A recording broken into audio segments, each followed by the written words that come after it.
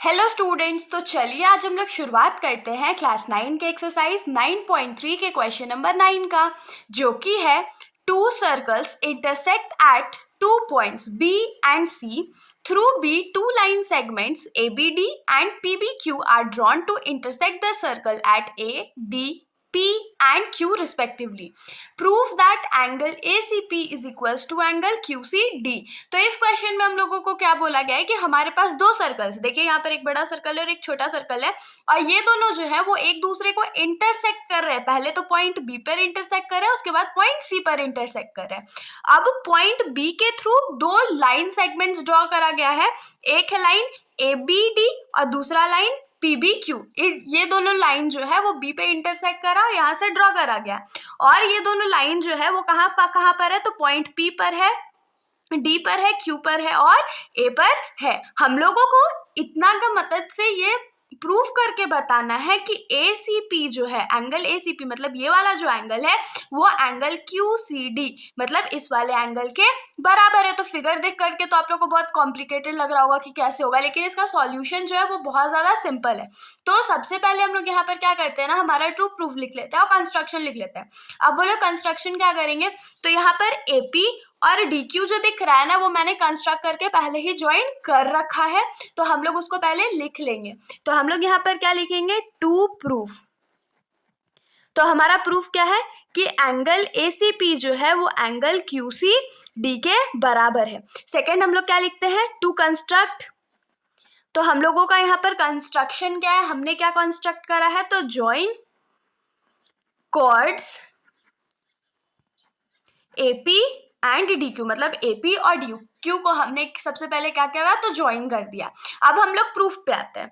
तो अब इसका प्रूफ करेंगे कैसे, आप लोगों को लग रहा होगा बहुत हार्ड है, लेकिन बहुत सिंपल सा प्रूफ है। हम लोग इसमें सिर्फ एक ही प्रॉपर्टी का यूज करने वाले हैं कि angles on the same segment are always equal. तो सबसे पहले हम लोग सेगमेंट P पे आते हैं, AP पे आते हैं, मतलब कि कॉर्ड AP पे देखिए, कॉर्ड AP जो है दो एंगल सबटेंड कर रहा है, एक ये वाला एंगल सबटेंड कर रहा है और एक ये वाला एंगल सबटेंड कर रहा है। तो हम लोग लिख सकते हैं ना, क्योंकि AP सिंगल कॉर्ड है, वहां से दो एंगल सबटेंड हो रहे हैं तो दोनों आपस में इक्वल होंगे। तो यहाँ पर हम लोग क्या लिखेंगे कि for chord AP, chord AP के लिए हम लोग क्या लिख सकते हैं कि एंगल PBA जो होगा, PBA एंगल जो होगा वो एंगल PCA के बराबर होगा, या ACP उसको लिख लेते हैं, ACP के बराबर होगा। क्यों बराबर होगा, तो यहाँ पर लिखेंगे angles on same segment are equal.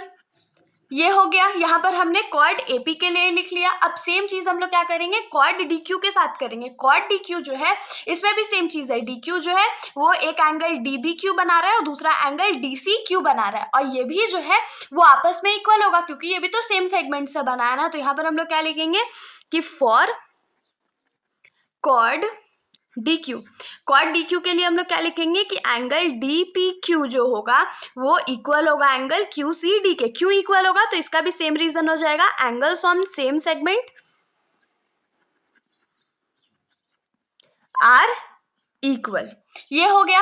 अब देखिए यहाँ पर हम लोगों को क्वेश्चन में क्या बोला गया था कि ABD और PBQ जो है वो लाइन सेगमेंट हो और ये दोनों एक दूसरे को इंटरसेक्ट कर रहे हैं।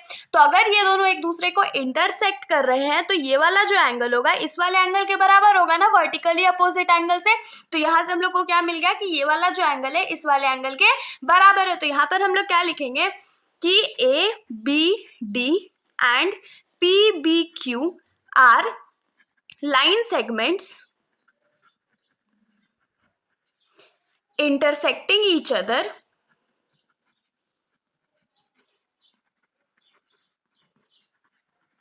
at B, मतलब कि ABD और PBQ जो है वो लाइन सेगमेंट से जो कि एक दूसरे को इंटरसेक्ट कर रहे हैं पॉइंट B पर। तो यहाँ से हम लोग क्या लिख सकते हैं कि देयरफॉर एंगल PBA जो होगा वो एंगल DBQ के बराबर होगा। इसका रीजन क्या हो जाएगा, तो वर्टिकली अपोजिट एंगल। हम लोग जानते हैं कि जब दो लाइन सेगमेंट्स एक दूसरे को इंटरसेक्ट करते हैं तो वर्टिकली अपोजिट एंगल जो होता है वो आपस में इक्वल होता है। अब देखिए जितना हम लोग का काम का चीज था वो हम लोग कर चुके हैं। अब इन तीनों को हम लोग देखते हैं जो अभी हमने फाइंड आउट करा। इसमें देखिए एंगल PBA जो है वो किसके बराबर है, एंगल ACP के बराबर है। एंगल DBQ जो है वो QCD के बराबर है। और हमने अभी क्या प्रूफ करा कि PBA जो है वो डीबी क्यू के बराबर है, मतलब कि अगर हम लोग पीबीए के जगह पे एंगल एसीपी लिख दे तो चलेगा, डीबी क्यू के जगह पे एंगल क्यूसीडी लिख दे तो भी चलेगा। तो यहाँ से हम लोगों को क्या मिल जाएगा कि एंगल एसीपी जो है वो एंगल क्यूसीडी के बराबर है, यही तो हम लोग को प्रूफ करना था। तो इसको मानते हैं इक्वेशन नंबर 1, इसको मानते हैं इक्वेशन नंबर 2 और इसको मानते हैं इक्वेशन नंबर 3। तो यहाँ से हम लोग क्या लिख सकते हैं कि from equation 1, 2 and 3, equation number 1, 2 और 3 से हम लोग यहाँ पर क्या अज्यूम कर लेंगे कि पीबीए के जगह हम लोग लिखेंगे एंगल एसीपी और डीबीक्यू के जगह लिखेंगे एंगल क्यूसीडी, और ये दोनों आपस में इक्वल हो गया, और यही तो हम लोगों को प्रूव करना था। तो इसके साथ हमारा ये जो सॉल्यूशन है यहीं पर खत्म हो जाता है। अगर आप लोगों को कोई भी डाउट हो तो आप लोग बेशक कमेंट सेक्शन में पूछ सकते हो, वरना अगर आप लोगों को वीडियो अच्छी लगी तो वीडियो को लाइक करिएगा और मेरे चैनल को बिना सब्सक्राइब करे कहीं भी मत जाइएगा। Thank you.